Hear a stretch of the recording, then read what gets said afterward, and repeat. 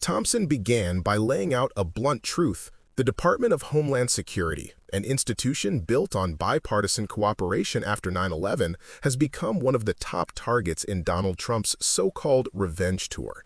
And he didn't mince words when he called Kristi Noem the administration's chief accomplice in that mission.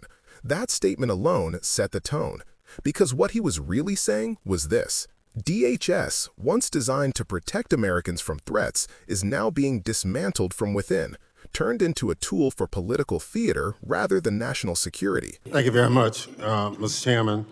The Department of Homeland Security has been the top target on Donald Trump's revenge tour, and you, Madam Secretary, are the chief accomplice. The Trump administration is hell-bent on destroying the Department of Homeland Security, built through bipartisan collaboration over the past 2 decades, and evading any accountability for its actions. Let's start with what the administration is doing to FEMA.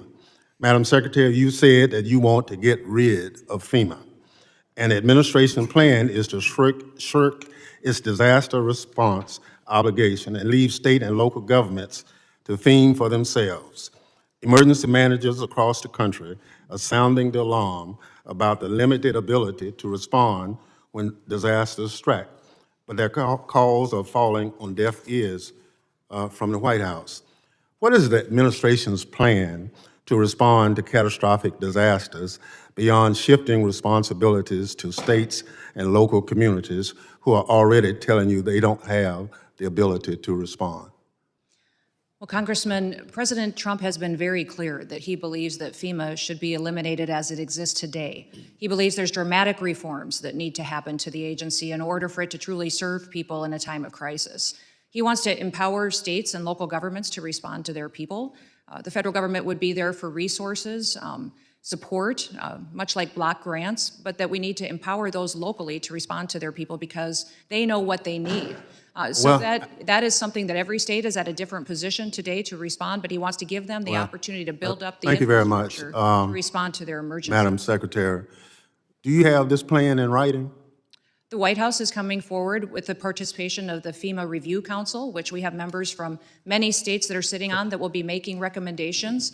So what you're doing now, there's nothing in writing as a guidepost. Well, sir, you certainly know that there are reform bills here in the House side and in the Senate side of how to address the failures of FEMA from the past. No, but you're the secretary. Those will be considered with the FEMA Review Council recommendations. No, you're the secretary, and you say you're doing all these things.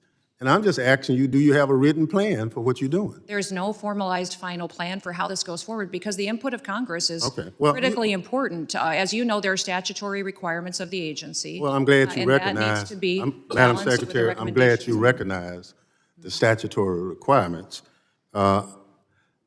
Washington State, Mississippi, and a couple other states already have requests in to you or to the president for disaster declaration, and it's taken an inordinate amount of time, more than normal.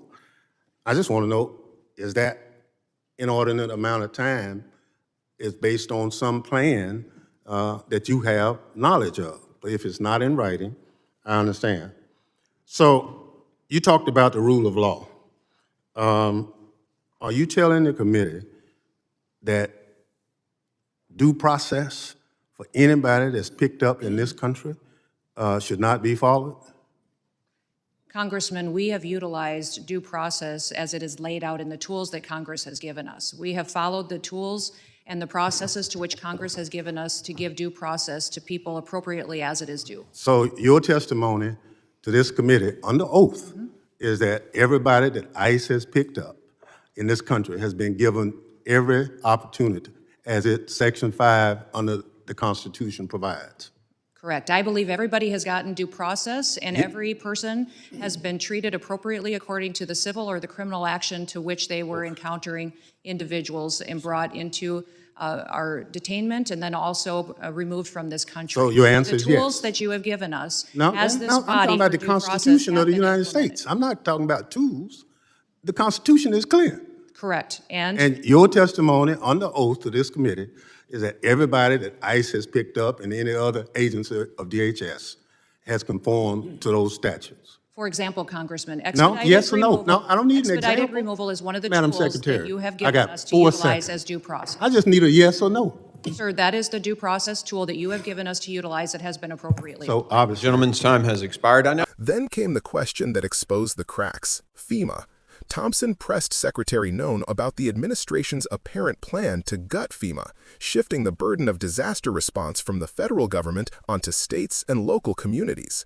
That might sound like empowerment in a press release, but in reality, it means leaving states, especially smaller or poorer ones, to fend for themselves when catastrophe hits. Think about that for a second. Hurricanes, wildfires, floods, disasters don't stop at state lines. And yet, the plan Noem described sounded more like a political experiment than an emergency response strategy. Thompson asked the most basic question anyone leading a federal department should be able to answer. Do you have this plan in writing? And Noem's response? No. No formalized plan, no framework, just talking points about empowerment and reform. That's not leadership, that's improvisation with people's lives on the line. But it didn't stop there. Thompson pivoted to something even more fundamental, due process, the backbone of American justice. He asked, point blank, are you telling this committee that due process for anyone picked up by your department is being followed? And Noem's answer was telling. Instead of a simple yes, she danced around it. She leaned on bureaucratic language, talking about tools Congress has given us and processes we use. But when pressed to confirm whether every single person detained under ICE or DHS authority had been given their full constitutional rights, she could only point to expedited removal, a controversial shortcut often criticized for denying individuals their fair day in court. Thompson didn't let up because he knew what was really at stake. The Constitution isn't a tool, it's the law. It's the very foundation of justice in this country. His exchange with Noem laid bare the core concern. When government officials start treating constitutional guarantees like optional guidelines, that's when democracy begins to erode. And here's why this matters, not just as political drama, but as a real-world consequence. When FEMA is weakened, Americans suffer in disaster zones. When due process is ignored, innocent people can be detained, deported, or denied basic rights. And when leaders like Noem can't clearly explain or commit to the most fundamental principles of governance, it reveals a troubling reality, that ideology has replaced integrity. Thompson's tone throughout was firm but deliberate. This wasn't a partisan ambush. It was oversight, accountability, and truth-telling in real time. He represented what democracy is supposed to look like, a system where elected officials question power, demand clarity, and remind the executive branch that no one, not even the president, stands above the Constitution. This moment wasn't flashy or loud. It was something better. It was real governance. It was a veteran lawmaker defending the idea that laws must be followed, rights must be protected, and leaders must answer for their actions. And that's the lesson here. Democracy isn't defended by slogans. It's defended by people like Bennie Thompson, who refuse to accept vague answers when the stakes are the rule of law. So when you hear talk about eliminating FEMA or streamlining due process, remember, those phrases aren't reforms, they're warnings. They signal a government shifting away from protecting people toward protecting power. And that's why voices like Thompson's matter.